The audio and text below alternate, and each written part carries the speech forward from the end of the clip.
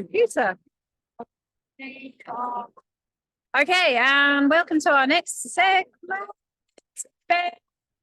Claire, start again. Brad, good effort though. Good start. My boy's called Ben. That's where the confusion was caused. My boy's called Ben, so that's what it was. So no, I'm Brad.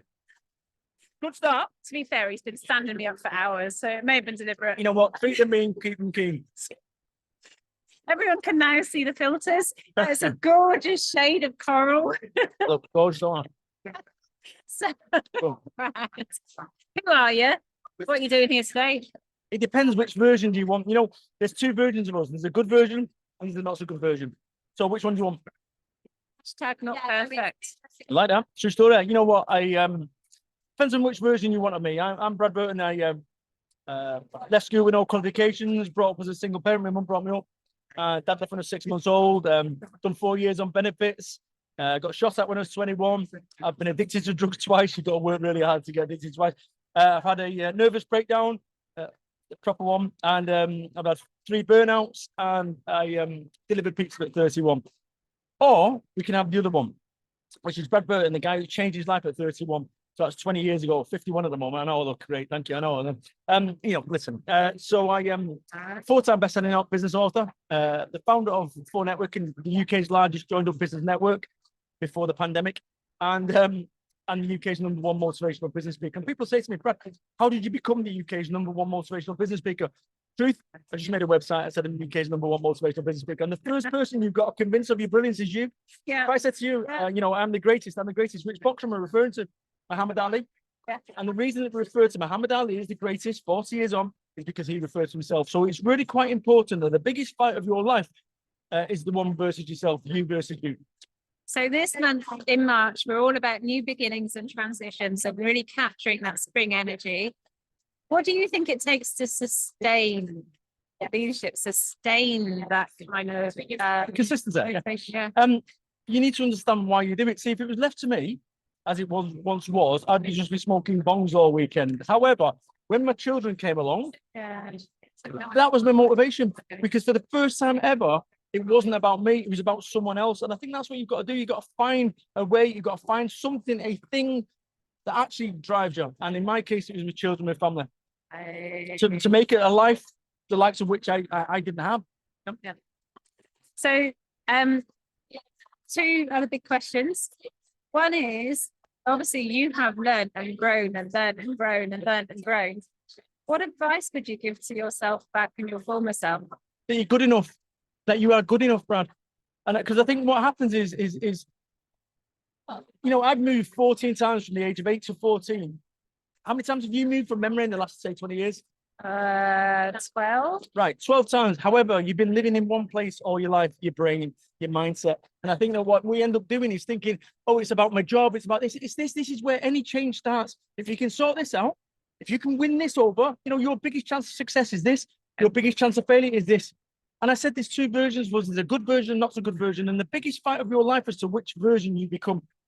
That's what you need to do. And it's about what are the next steps? What's the next step? Not the next 10 steps, not the next 100 steps to get to where you want to get to. What's the next step in order to get to where you need to be? You know, in my case, I delivered pizzas to get my business afloat. People laughed at me at 31, you know, and I felt like a piece of shit. Of course I did. No. But in order for you to get to where you need to get to in your life, in your business, in your world, you're going to have to do things that you don't want to do. In my case, it's deliver pizzas. So I would say to any individual who's watching this right now, what's the single next step that you need to make? And then once you've done that, the next one, the next one, the next one, the next one. And it's a bit like, how do you eat a pizza? Slice by slice. If you didn't cut it up, you'd make a mess of it. So it's important that you cut up the stages. You can't skip the steps. And this is what happens. You see people selling courses. You'll learn the secrets of making £10,000, 8 billion megabits and shit. And the problem is this, is people want to be blagged. People want to believe that there's some fast track that you can buy a course for 10 grand and the next thing that you're earning £1 million. You know, and there's some guy at one of these stands, you know, earn money while you're sleeping. I'm thinking to myself, why are you here? Why aren't you sleeping and earning money whilst you sleep? I just, so it's really quite important that we recognize that there's no shortcuts. You can't skip the steps. And in order to get to where you need to get to or you want to get to, it's going to be tough. You're going to get tested and you're going to have to do things that you don't want to do. Yeah. So I'm a motivational speaker. I speak globally around the world.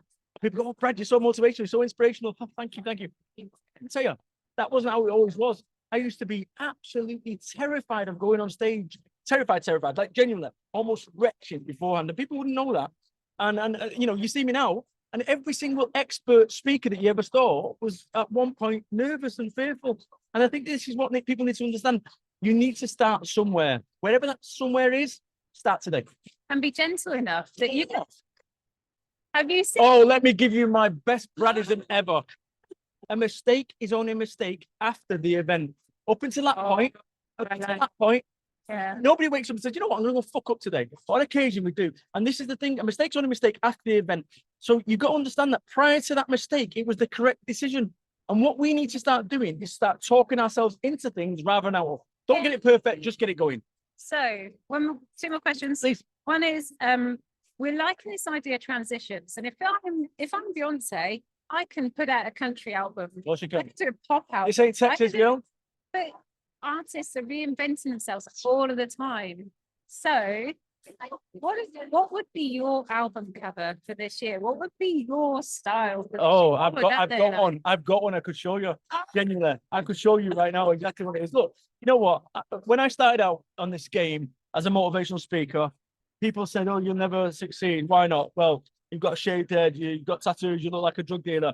And I lean into that. Now. So the first words that I'm going to be keynoting today, closing the show at 4:00. The first words I'm going to say today is just to put your mind at ease. I am from Salford, Manchester. Do have a shaved head, do have tattoos, but don't worry, I'm not a drug dealer anymore. But we can all change. And that's what life's about. It's about changing. It's your ability to change into be a better version, not a worse version. Choose. Oh, we like that one. Make the choice yourself. choice. Don't be stuck in it. But this is so, when it comes to making change in people's lives, you have to make decisions. And people are scared of making decisions in case they're the wrong ones. Well, let me tell you something. An expert is someone that's made all the mistakes in a particular niche field. As a motivational speaker, I've made them all. Marriage, okay, bad example. But you see what I'm saying? You've got to make decisions. And on occasion, you're going to get them wrong. Yeah. The great thing about making decisions, if you get them wrong, it moves you one step towards being an expert. Yeah. If you get them right, it moves you one step towards success. You can't fail. I'm going to give you the best. If there was one takeaway that I could give people right now, which would change their lives, right, is when it comes to making decisions, like you came up to me and said, Ben, you said before, right, Ben, right, she said to me, Brad, will you come and do the podcast? And I made the decision in an instant. There was no, I said, yeah, I'll do it. Okay, I'll let you down the first time, my bad, right? But you was persistent enough to come and find me. Yeah. The thing is, I make a decision in 24 seconds. If I can't make a decision in 24 seconds, I'll revisit in 24 minutes. If after 24 minutes you can't make a decision, I'll make a decision in 24 hours. If after 24 hours I can't make a decision, I just made a decision. It's not important next and move on because there's too much procrastination in decision making. And where we end up in our life is a direct result of our decisions. Want more success? Make better decisions. And the more decisions that you can make effectively, the further forward in your life you'll be. So for those people that aren't here today, that aren't going to find you at 4:00, closing the show, how can they find you and keep following you? Google me or whatever. Brad Burton, good looking lad, handsome, charismatic, and modest. Yeah.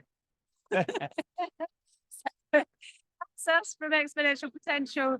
It's been really good to see It you. has. Brad, As we like to call it, Ben Burton, who's my youngest. My boy's called Ben Burton. That's where the confusion comes. Anyway, it's been exceptional. Thank you so much. High five. Come on, let's do it properly. See you in a bit. Keynote 4:00. Bye. Bye.